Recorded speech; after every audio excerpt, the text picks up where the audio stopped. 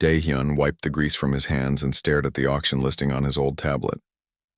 The screen showed a picture of a rundown garage in Sector 7 Delta of Station Veritas 9. The place looked like trash.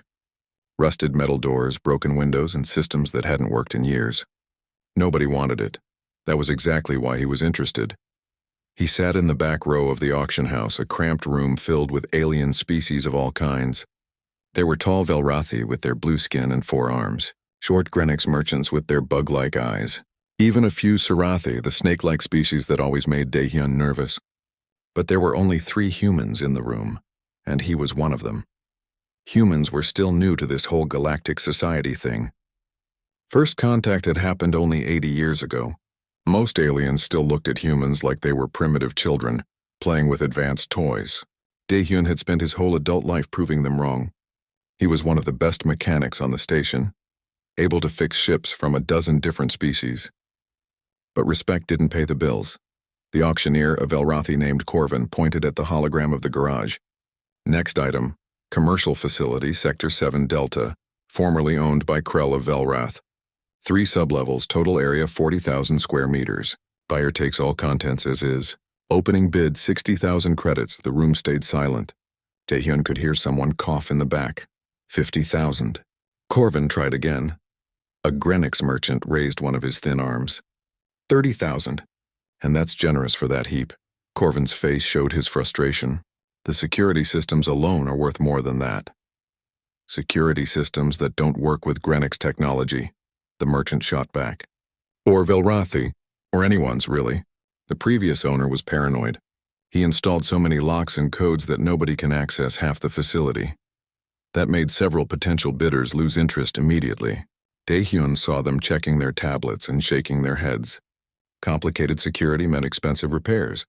It meant specialists. It meant money nobody wanted to spend on a worthless garage. But Dae-hyun had done his research. Krell had disappeared 15 years ago. The station authorities had declared him legally dead after 7 years. Now his property was being sold to pay debts. The weird thing was, nobody knew what Krell had actually done for a living. He called himself a merchant, but no records showed what he bought or sold. 40,000, Dae-hyun said, his voice steady. Every head in the room turned to look at him. The Greenwich merchant clicked his mandibles in annoyance. A few aliens whispered to each other. Humans didn't usually have that kind of money. 40,000 from the human, Corvin said, looking surprised but pleased. Do I hear 45? Silence filled the room. The Greenwich merchant stared at Dae-hyun, probably trying to figure out what the human knew that he didn't. But after a long moment, the merchant waved his hand in dismissal and looked away. 40,000 going once, twice. Sold to the human. Dae-hyun's heart pounded. He had just spent 45,000 credits total, including fees. That was every bit of savings he had, plus a loan from his sister Hyejin. If this turned out to be a mistake, he was finished. 3 days later, Dae-hyun stood outside the garage with his friend Tae-ho. Tae-ho was a station engineer, short and stocky, with the kind of practical mind that Dae-hyun trusted completely. They both stared up at the massive structure in front of them. You paid 45,000 credits for this? Tae-ho asked. Thanks for the support, Dae-hyun muttered. The garage looked even worse in person. The main entrance was sealed with a door that had more rust than metal. Wiring hung loose from broken conduits. The area around it was empty, because nobody wanted to work near a building that might collapse. Tae-ho pulled out his scanner and ran it over the walls. Structure is actually solid. The framework is good, but the systems, he shook his head. Power grid is dead. Environmental controls are offline, and these security panels are using encryption I've never seen before. Can you crack them? Maybe, give me a few days. Or a few weeks. Tae-ho frowned at his scanner. Why did Krell make everything so complicated? It's like he didn't want anyone getting in here, even himself. They spent the next 6 hours forcing open the main door and getting temporary power running. When they finally got inside, Dae-hyun's heart sank. The main level was enormous, but it was filled with junk.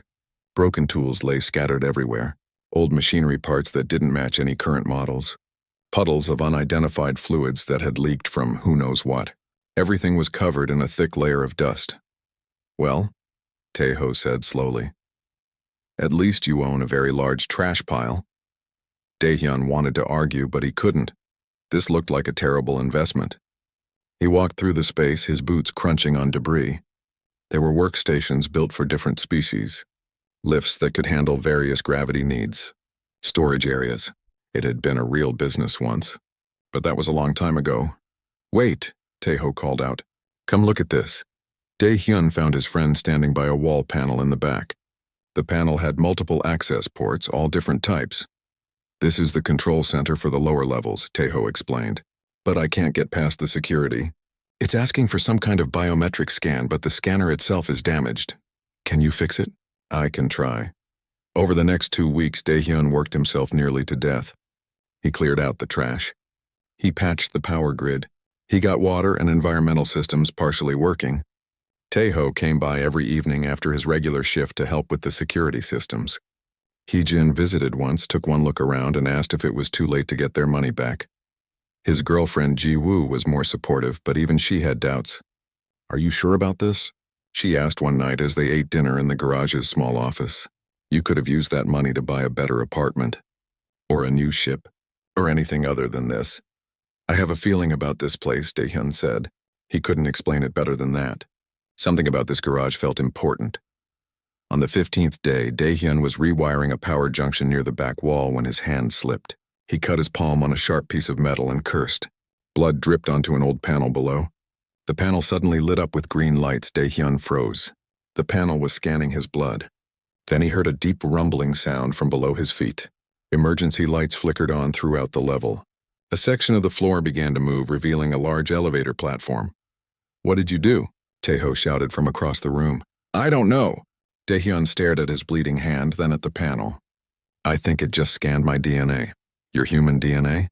They looked at each other with the same thought. Why would an alien security system respond to human DNA? The elevator platform finished lowering into position. Beyond it, Dae-hyun could see lights turning on in a massive space below. His hands started shaking as he stepped onto the platform. Taeho grabbed his arm. "Maybe we should think about this first," Taeho said nervously. But Dae-hyun was already pressing the button. The platform began to descend, slowly revealing what lay beneath. It was a hangar. A massive, pristine hangar that stretched out farther than Dae-hyun could see. And it was filled with spacecraft. Dozens of them. Ships of different sizes and designs, all sitting in perfect rows like they were waiting for someone to return. The platform reached the bottom. Dae-hyun stepped off on shaky legs and walked toward the nearest ship. It was sleek and silver with lines he didn't recognize. The hull showed no damage, no wear. It looked brand new even though the design was ancient. "That's a Helian racing yacht," Taeho whispered. "I've only seen pictures. They stopped making them 100 years ago." They walked deeper into the hangar.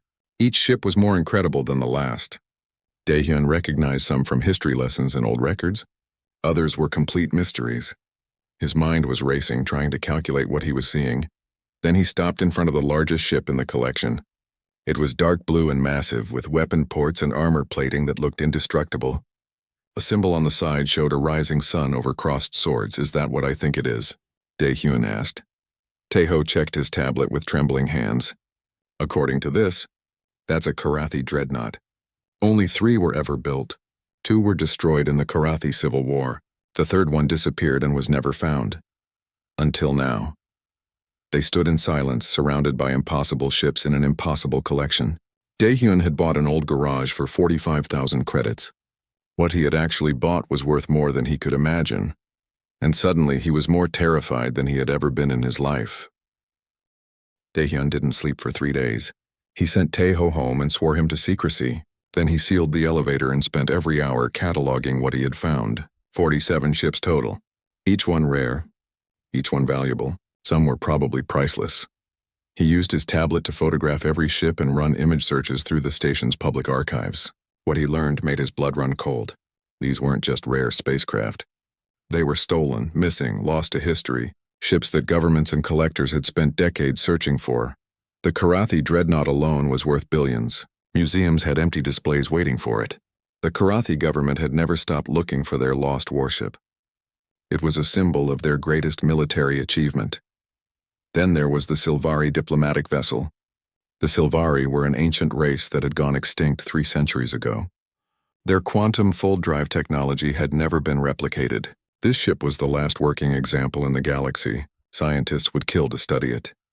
Dae-hyun found a first civilization artifact ship near the back of the hangar. The first civilization had died out millions of years ago, leaving behind technology that modern species still couldn't understand. Artifacts from that era were considered sacred by half the species in the galaxy. By the fourth day, his sister Hee-jin forced her way into the garage. She was 3 years older than Dae-hyun and twice as smart about money. She worked as a financial analyst for a trading company on the station. When she saw his face exhausted and pale, she knew something was very wrong. "You look terrible," she said. "Tell me you didn't waste our money. I need you to promise you won't tell anyone what I'm about to show you." Hee-jin crossed her arms. "This sounds bad. Just promise," she promised. He took her down to the hangar. Her reaction was similar to his: shock, disbelief, then fear. She walked along the rows of ships, her financial mind probably calculating values that made even Dae-hyun's estimates look small. "How much?" she finally asked. "I think maybe 2 trillion credits, maybe more." Hee-jin sat down hard on the hangar floor. "You bought a 2 trillion credit collection for 45,000 credits. I didn't know it was here. That doesn't matter. When people find out you have this, they'll kill you." She looked at him with real fear in her eyes. "Dae-hyun, do you understand what you found? These ships belong to governments, criminal organizations, religious groups. Every major power in the galaxy has something in this hangar that they want back. So what do I do?" They talked for hours. Hee-jin's mind worked through possibilities faster than Dae-hyun could follow. She suggested selling everything immediately and running. But where would they go? She suggested giving it all to the station authorities. But the authorities were corrupt, everyone knew that. She suggested contacting Earth's government. But Earth was still weak compared to older galactic powers. In the end, they decided to do nothing. Not yet. They would keep the secret, run the garage as a normal business on the upper level, and figure out a long-term plan. Hee-jin would research each ship carefully and find out who was looking for them. "We need more help," Hee-jin said, "but only people we absolutely trust." Dae-hyun thought of 2 people. The first was Sung-min, a former military pilot who had served in Earth's stellar navy. He was tough, smart, and owed Dae-hyun for fixing his personal ship at cost when money was tight. The second was Yuna, a data security expert who was one of the few people on the station who could match Taeho's technical skills. They brought both of them into the secret during a careful meeting in the sealed hangar. Sungmin whistled low when he saw the ships. Yuna didn't say anything for 5 full minutes, just walked around examining everything with her scanner. "This is Krell's collection," Yuna finally said. "I heard rumors about it years ago. Most people thought it was a myth." "You knew about this?" Dae-hyun asked. "Not specifically, but Krell had a reputation in certain circles. He was obsessed with rare ships. Some people said he was a collector. Others said he was a thief. A few said he was trying to preserve galactic history." Yuna pulled up files on her tablet. "He disappeared 15 years ago, right around the time the Obsidian Syndicate was looking for him." "The Syndicate?" Sungmin's expression darkened. "That's bad news. The Obsidian Syndicate was one of the largest criminal organizations in the galaxy. They dealt in everything: weapons, drugs, stolen technology, and information. They had members from dozens of species and enough money to bribe officials on any station." "Why would the Syndicate want Krell?" Dae-hyun asked. Yuna dug deeper into her files. "I need time to research this properly. But if Krell had something the Syndicate wanted, they wouldn't have stopped looking for it just because he disappeared." That night, the team made a plan. They would keep the garage running normally. Dae-hyun would hire a few employees to help with regular repair work on the upper level.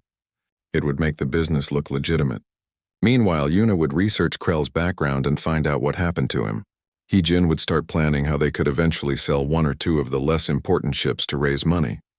Sungmin would use his military contacts to keep an eye on any unusual activity around the station. For 2 weeks, everything went smoothly.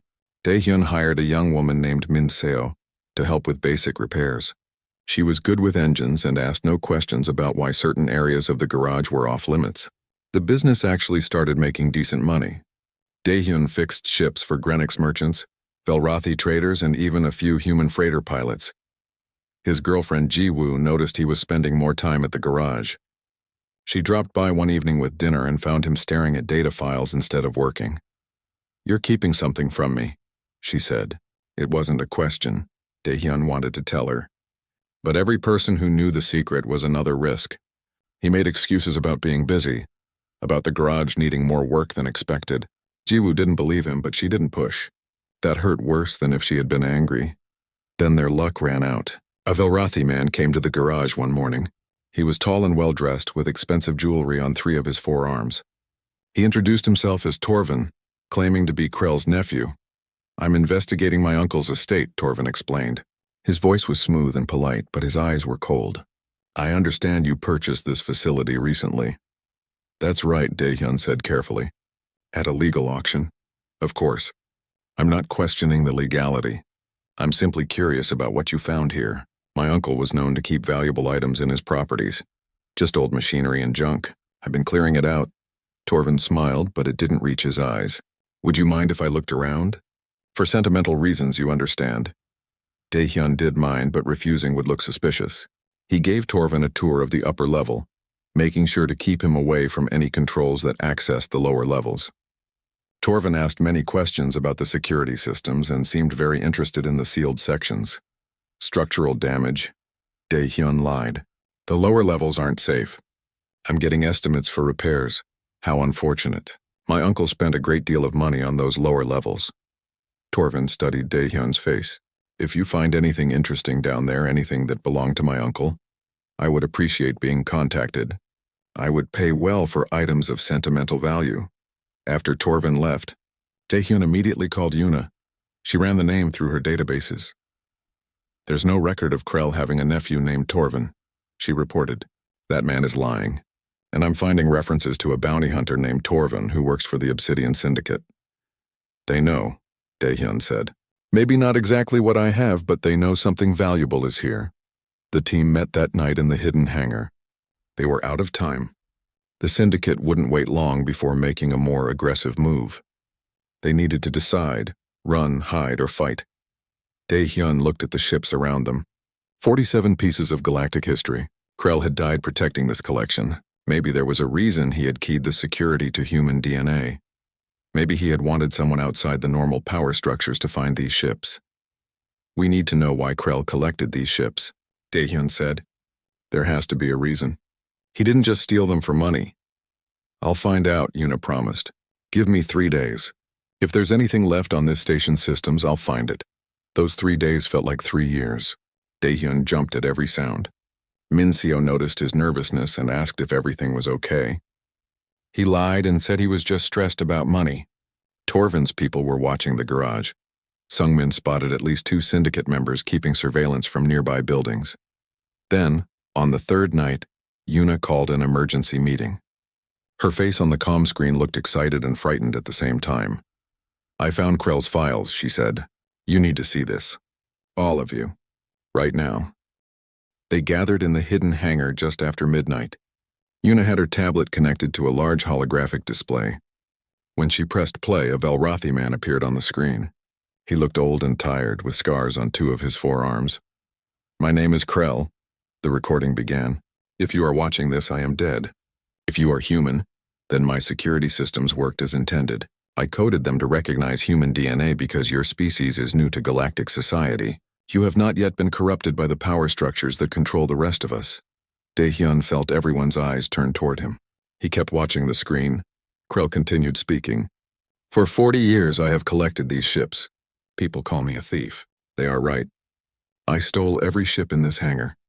But I did not steal them for profit. I stole them to save them." The hologram changed to show images of spacecraft being destroyed. Explosions, debris fields, ships torn apart. "The Obsidian Syndicate is not just a criminal organization," Krell explained. "They are a cancer destroying galactic diversity. For 60 years, they have been systematically eliminating rare spacecraft designs. They buy them, steal them, or destroy them. Why? Because they control the largest ship manufacturing corporations in the galaxy. Every rare ship that exists is a threat to their profits. Every unique design is technology they cannot monopolize." Yijin gasped. "They're destroying history for money?" On the screen, Krell nodded as if he had heard her. "The Karathi Dreadnought represents military technology superior to anything the Syndicate sells. The Silvari Quantum Fold Drive could revolutionize travel and make half their transport fleet obsolete. Every ship in my collection threatens their control.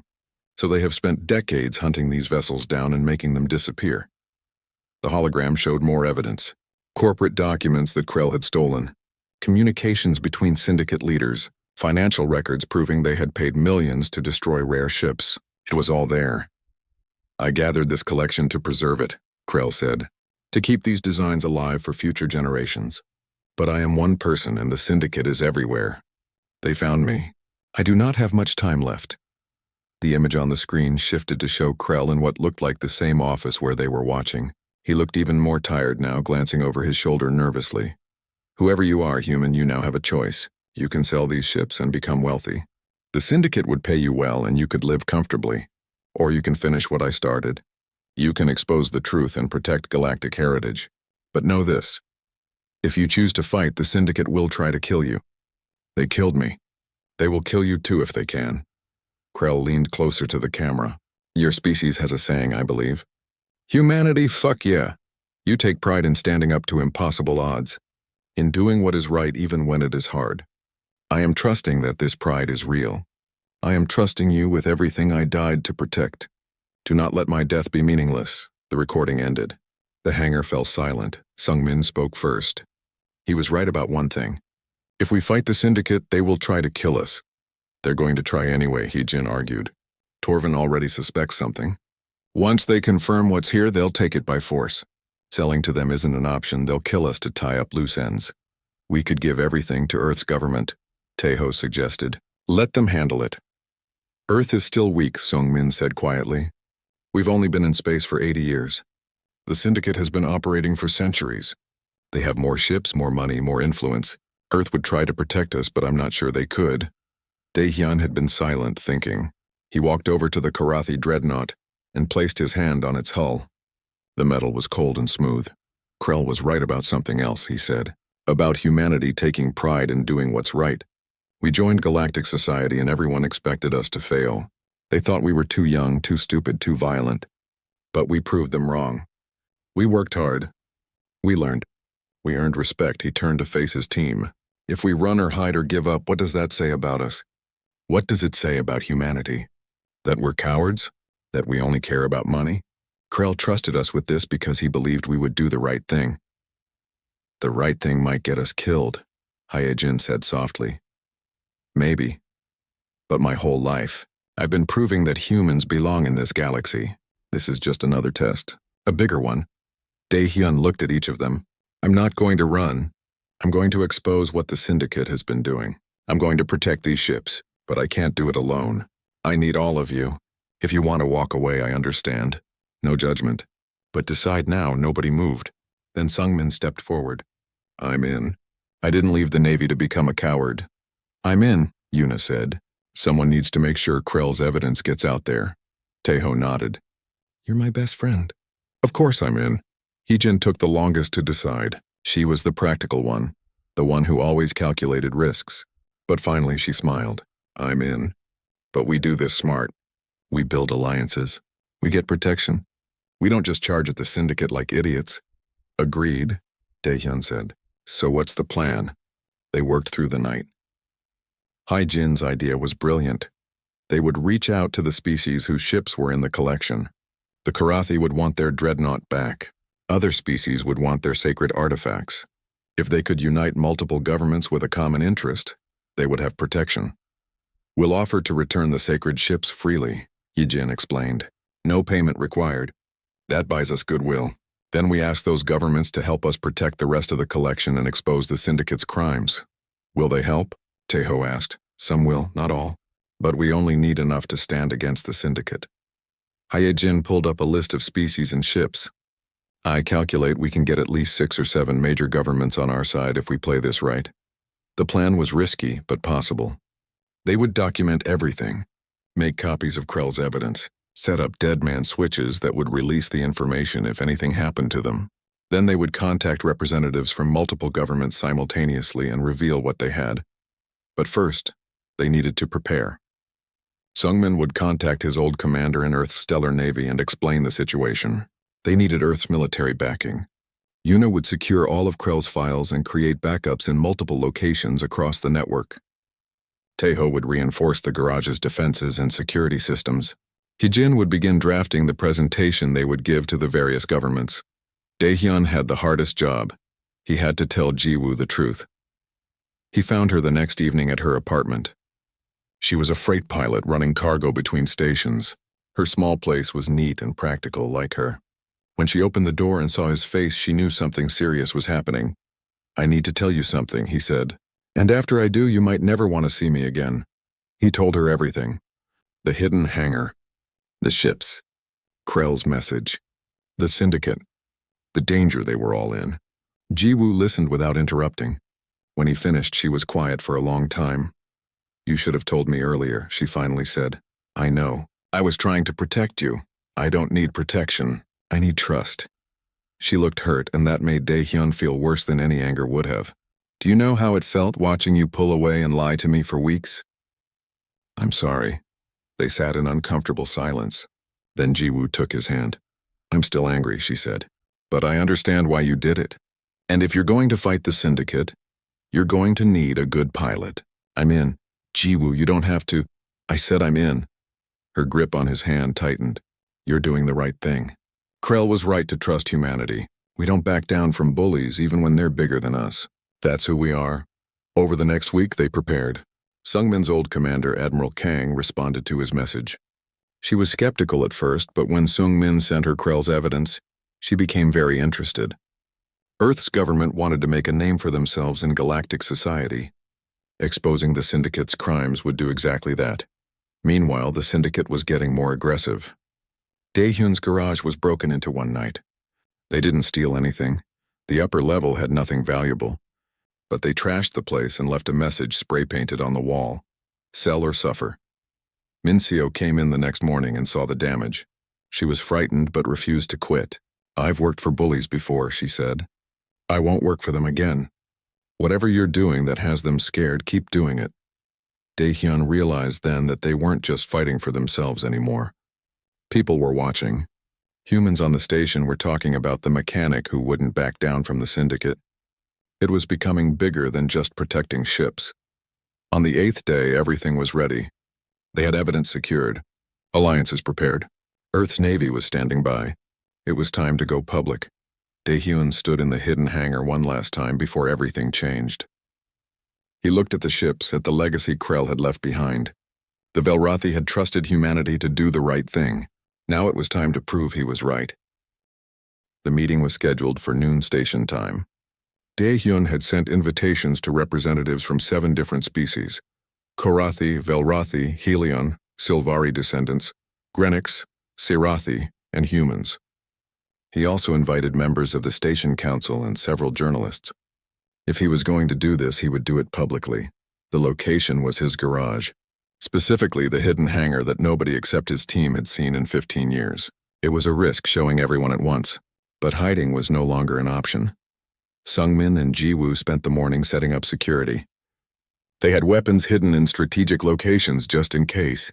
Admiral Kang had sent a small contingent of Earth Navy personnel in civilian clothes. They looked like tourists but carried enough firepower to fight their way out if needed. By 11:30, the guests started arriving. First came the journalists, eager and curious about what this human mechanic had called them to see. Then the station council members, looking annoyed at being summoned to a garage in Sector 7 Delta. Then the species representatives, each one escorted and guarded. The last to arrive was the Korathi ambassador, a tall warrior named Theron. He had fought in the Korathi Civil War decades ago and bore the scars to prove it. His people were proud and fierce. They did not negotiate with those who stole from them. Dae-hyun greeted each guest personally. Some were polite. Others were suspicious. Theron simply stared at him with yellow eyes that missed nothing. When everyone was gathered in the upper level, Dae-hyun began his presentation. He kept his voice steady, though his heart was pounding. "Thank you all for coming. What I'm about to show you will change galactic politics. 15 years ago, a Velrathi collector named Krell disappeared. I recently purchased his property. What I found inside needs to be seen by all of you." He activated the controls. The floor beneath them rumbled as the elevator platform expanded to hold everyone. Slowly, they descended into the hidden hangar. The reactions were everything Dae-hyun had hoped for and feared. Gasps of shock, shouts of disbelief, One of the journalists dropped his recording device. Theron's expression changed from suspicion to recognition to fury. "That is our dreadnought," the Karathi ambassador said, his voice shaking with emotion. "The Sunrise Blade, we thought it was destroyed." "It wasn't destroyed," Daehyun said. "It was stolen, along with 46 other rare spacecraft." He gestured to Yuna, who activated the holographic display. Krell's face appeared, beginning his recorded message. The entire gathering watched in silence as the dead Velrathi explained everything. The Syndicate's conspiracy to destroy rare ships, his 40-year effort to save them, and his death at the hands of Syndicate assassins. When the recording ended, the hangar erupted in noise. Species representatives were shouting at each other. Journalists were recording everything frantically. Station council members were trying to figure out the legal implications. It was chaos. Daehyun raised his voice. "I have evidence to support everything Krell said. Financial records, communications, proof that the Obsidian Syndicate has been systematically destroying galactic heritage for profit. Yuna, show them." The holographic display filled with documents. Page after page of evidence showing the Syndicate's crimes. Ships they had bought and scrapped. Designs they had stolen and hidden. People they had killed to keep their monopoly secure. It was overwhelming and undeniable. A Greenwich Council member clicked his mandibles angrily. "If this is true, it is the largest corporate crime in centuries." "It is true," Daehyun said. "I'm prepared to turn over all evidence to the proper authorities. But first I want to make a proposal." He explained his plan. He would freely return sacred artifacts and culturally significant ships to their respective species. No payment required. The Karathi would get their dreadnought back. The Silvari descendants would get their ancestors' diplomatic vessel. Other species would receive their sacred relics. "In exchange," Daehyun continued, "I ask for your protection. The Syndicate will try to take these ships by force. They've already threatened me. Alone I cannot stand against them. But together we can expose their crimes and preserve what Krell died to protect." The debate that followed was intense. Some representatives wanted to seize everything immediately. Others questioned whether a human should be trusted with such valuable property. The Greenwich representative argued about legal ownership. A Serathi diplomat suggested selling everything and splitting the profits, but Theron silenced them all by stepping forward. He walked to the Karathi dreadnought and placed his hand on its hull. When he turned back to face everyone, there were tears in his yellow eyes. "This ship represents the greatest achievement of my people," he said. "We mourned its loss for 60 years. We built memorials. We told stories to our children about the crew who died when we thought it was destroyed." He looked at Daehyun. "You offer to return it freely?" "Yes," Daehyun said. "It belongs to your people. Then you have the support of Karathi. Anyone who tries to harm you will face our fleet." That broke the resistance. One by one, other representatives agreed. The Helion ambassador pledged her people's protection in exchange for their racing yacht. The Velrathi representative, moved by Krell's sacrifice, offered diplomatic support. Even the cautious Greenwich agreed to help, though they negotiated harder than anyone else. By the end of the meeting, 6 of the 7 species had formed an alliance. Only the Serathi remained uncommitted, their representative saying he needed to consult with his government. The journalists left to file their stories. Within an hour, the news was spreading across the galaxy. A human mechanic had found the lost ships of legend. The Obsidian Syndicate stood accused of crimes against galactic heritage. Species that had been enemies for centuries were uniting to protect a collection. Hyejin monitored the galactic networks and gave updates. "It's everywhere. Every news station. Every political forum. The Syndicate is trying to suppress the story, but it's too big. Everyone is talking about it." "What about the Syndicate's response?" Sungmin asked. "Nothing public yet. But that won't last long," she was right. 6 hours after the meeting, the Obsidian Syndicate made their move. A fleet of 12 ships arrived at Station Veritas 9. They weren't military vessels. The Syndicate was too smart for that. They were private security ships and corporate transports, but everyone knew what they really were: a blockade. The Syndicate's spokesperson, the Serathi named Vess, sent a message to the station authorities. It was polite and professional. She claimed the Syndicate had legitimate legal claims to some of the ships in Daehyun's collection. She requested permission to inspect the property and negotiate a settlement. The station council was paralyzed. Half of them were probably on the Syndicate's payroll. They wanted to give in to the demands, but the presence of journalists and the public attention made that politically impossible. Admiral Kang arrived with 3 Earth Navy destroyers. It wasn't much compared to the Syndicate fleet, but it was a statement. Earth was standing with its citizen. The Karathi sent 2 heavy cruisers. The Helion sent a battlecruiser. Other allied species sent what ships they could spare. Within 24 hours, there were 20 vessels from 6 different species surrounding Station Veritas 9.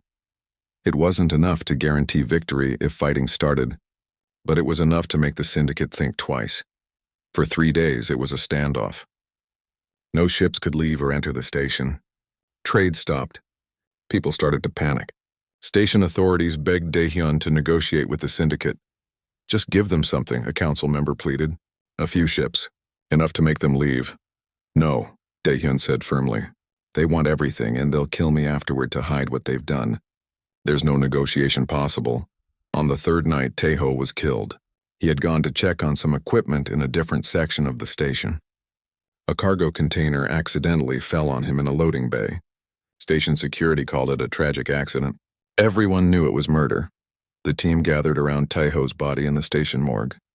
Daehyun felt rage building inside him. His friend. His best friend since they were teenagers. Gone because the Syndicate wanted to send a message. They're going to pick us off one by one, Jiwoo said quietly. They're going to make it look like accidents until we're all dead. Or until we surrender, Yejin added. Sungmin's jaw was clenched tight. We need to break this standoff. We can't just wait here while they hunt us. Daehyun stared at his friend's face. Taeho had always been the careful one, the one who calculated risks and made sure everyone was safe. He had died because Daehyun had asked him to help. I have an idea, Daehyun said slowly. It's risky, maybe stupid, but it's the only way I can see to end this without more people dying. He explained his plan. It involved using some of the ships from the collection as bait. Fake signals, decoys. A coordinated breakout that would let them move the most valuable artifacts to safety while the Syndicate chased shadows. It could work, Sungmin admitted, but we'd be risking the ships. If we lose them in the fighting, everything Krell died for is gone. If we don't try, Daehyun said, the Syndicate eventually wins anyway. They'll wear down our allies. They'll find ways to kill us all. At least this way we're taking action. Jiwoo squeezed his hand. Taeho would want us to fight. He wouldn't want us to give up. They voted. It was unanimous. The plan required precision timing and a lot of luck. Daehyun spent 18 hours straight modifying 5 of the less valuable ships for remote piloting. His hands were steady even though his mind was racing. Every connection he made, every system he rigged could mean the difference between success and catastrophic failure. Jiwoo helped him, her pilot's knowledge invaluable. These ships weren't designed to fly without a crew, she said, worry in her voice. They're going to handle badly. They don't need to handle well, Daehyun replied.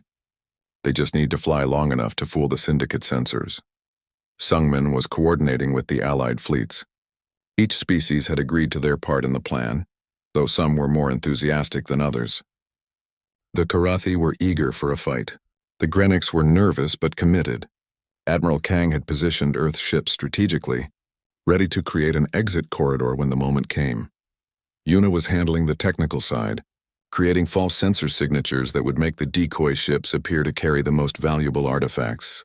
The Syndicate would detect quantum fold drive signatures from the Sylvari vessel, military-grade encryption from the Karathi dreadnought, and first civilization energy patterns from the artifact ship. All fake, but realistic enough to fool their sensors for a critical few minutes. The real valuable ships would be loaded onto 3 massive transport vessels provided by their allies. They would be shielded and appear to be carrying normal cargo. While the Syndicate chased the decoys, the transports would slip away to predetermined safe locations. Min Seo had volunteered to help despite the danger. I'm not military, she said, but I can work a control panel. Tell me what you need. Heejin was managing the logistics, coordinating timing down to the second. One mistake, one delay, and the whole plan would collapse. She had spreadsheets tracking every ship, every movement, every signal. Her analytical mind was working overtime. As the final hour approached, Daehyun gathered everyone in the hidden hangar. His team looked exhausted. Jiwoo had bruises under her eyes from lack of sleep. Sungmin's military bearing was the only thing keeping him upright. Yuna's hands shook slightly as she checked her systems one last time. "This is it," Daehyun said. "Once we start, there's no stopping. The Syndicate will know we're trying to move the ships. They'll respond with force. People might die." He paused, thinking of Taeho. "If anyone wants to back out, now is the time. I won't judge you." Nobody moved. "Then let's show them what humans can do," Daehyun said. At exactly midnight station time, the plan began. The 5 decoy ships powered up simultaneously in the garage's hidden hangar. Their engines created energy signatures that lit up every sensor within range. Alarms started blaring on the Syndicate vessels. Bess was on the comm within seconds. "What are you doing, human? Power down those ships immediately." "I'm leaving," Daehyun replied calmly. "You have no legal authority to stop me. These ships are my property, confirmed by galactic law. Those ships belong to the Syndicate. Prove it in court. Until then, I'm taking my property and going somewhere safer." The decoy ships launched from the garage. They flew badly, wobbling and overcorrecting, but they flew. To the Syndicate's sensors, they appeared to be carrying the most valuable artifacts in the collection. "All ships," Vess commanded on the Syndicate channel that Yuna had hacked into, "intercept those vessels. Do not let them reach the jump point." The Syndicate fleet moved immediately. 8 of their 12 ships broke formation and accelerated toward the decoys. That was what Daehyun had been counting on. With most of the Syndicate fleet out of position, a gap opened in the blockade. "Now," Sungmin transmitted to the Allied fleets. The Karathi cruisers surged forward, creating a protective corridor. Earth's destroyers laid down covering fire that looked aggressive, but was carefully aimed to miss. The Helion battlecruiser moved into position to block any Syndicate ships that tried to close the gap. The 3 transport vessels carrying the real artifacts launched from a different docking bay on the opposite side of the station. They looked like ordinary cargo haulers. Their shielding masked the valuable ships hidden in their cargo holds. For 3 minutes, the plan worked perfectly. The Syndicate ships chased the decoys while the transport slipped through the gap. Daehyun allowed himself to hope they might actually pull this off without anyone dying. Then Vess figured it out. "They're decoys." Her voice screamed over the comm. "The transports. Stop the transports!" 4 Syndicate ships broke off from chasing the decoys and turned toward the transports. They were faster than the heavy cargo vessels. They would catch up before the transports reached the safety of the Allied fleet. "We need to buy them more time," Sungmin said urgently. Jiwoo was already moving. She jumped into one of the decoy ships, overriding the remote controls. "I can fly this thing better than your programming can." "Jiwoo, no," Daehyun shouted, but she was already launching, the ship responding much more smoothly under her expert control. She angled directly toward the Syndicate vessels pursuing the transports. "You want to chase?" she transmitted on an open channel. "Come get me." The Syndicate couldn't ignore her. The ship she was flying showed massive energy signatures. They had to assume she was carrying something valuable. 2 of the 4 ships pursuing the transports changed course to intercept her. Daehyun watched on the sensors as Jiwoo led them away from the transports. She was good, better than good. She made the ship dance through space despite its damaged systems. The Syndicate pilots were struggling to get a weapons lock on her, but there were 2 of them and only 1 of her. Eventually they would corner her. "I'm going after her," Daehyun said, heading for another ship. Sungmin grabbed his arm. "You're not a pilot. You'll just get yourself killed. I can't let her die alone." "She's not alone," Sungmin said. "Watch." On the sensors, 5 Earth Navy fighters appeared, having launched from Admiral Kang's destroyers. They were small and fast, designed for exactly this kind of fight. They swept in around Jiwoo's position and engaged the Syndicate ships. The space battle that followed was brief but intense. Laser fire cut through the darkness. One of the Syndicate ships took heavy damage and fell back. The other fought on but was clearly outmatched by the coordinated fighter attack. Jiwoo used the distraction to push her failing ship toward the Allied fleet. She made it to the safety of the Karathi cruisers with her engines burning and life support failing. The cruisers tractored her aboard just before her ship would have exploded. Meanwhile, the 3 transports reached the jump point. They calculated their hyperspace coordinates and vanished, taking the real artifacts to safety. 42 of the most valuable ships in the collection were now beyond the Syndicate's reach. The Syndicate fleet realized they had been tricked. Vess ordered her ships to fall back and regroup. There was no point in continuing the fight. The artifacts were gone, but Vess wasn't finished. One of her ships broke formation and accelerated directly toward the station, toward Daehyun's garage. She couldn't have the ships, but she could have revenge. She's going to ram the garage, Yuna shouted. There were still 5 ships in the hidden hangar, the ones too sacred or too fragile to risk in the operation. If that syndicate vessel crashed into the garage at full speed, those ships would be destroyed. Taeho had spent days reinforcing the garage's shields, but they weren't designed to withstand a deliberate ramming attack. Sungmin saw what was happening. He had served in the Navy for 12 years. He had fought in 2 wars. He knew what needed to be done. He was in one of the remaining decoy ships, using it to coordinate communications. Before anyone could stop him, he disconnected from the fleet network and accelerated toward the syndicate vessel. Sungmin, what are you doing? Taehyun demanded. What Taeho would do, Sungmin replied. His voice was calm. Protecting what matters. He rammed the syndicate ship head-on. Both vessels exploded in a massive fireball that lit up space around the station. The explosion was close enough that the garage shook, but Taeho's shields held. The 5 ships inside remained safe. Sungmin was gone. The syndicate fleet, having lost a ship and achieved nothing, retreated. They didn't run. Organizations like the syndicate never ran, but they left the area. The battle was over. Daehyun stood in the garage looking at the empty space where Sungmin's ship had been on the sensors. 2 friends dead, but the mission had succeeded. The artifacts were safe. Krell's legacy was preserved. 6 months passed. The galaxy changed during that time. The evidence against the Obsidian Syndicate led to investigations on 24 worlds. Several of their corporate fronts were shut down. Key members were arrested. Vess disappeared, probably into hiding, but her organization was crippled. The ships that had been transported to safety were distributed according to the agreements. The Karathi held a ceremony when the Sunrise Blade returned home. Millions of their people attended. When Daehyun arrived as an honored guest, Theron greeted him as a brother. You gave us back more than a ship, the Karathi ambassador said. You gave us back our pride. Humanity will always be welcome among Karathi. Similar ceremonies happened across multiple worlds. Humanity's reputation in galactic society transformed overnight. They were no longer the primitive newcomers. They were the species that had stood up to corruption and won.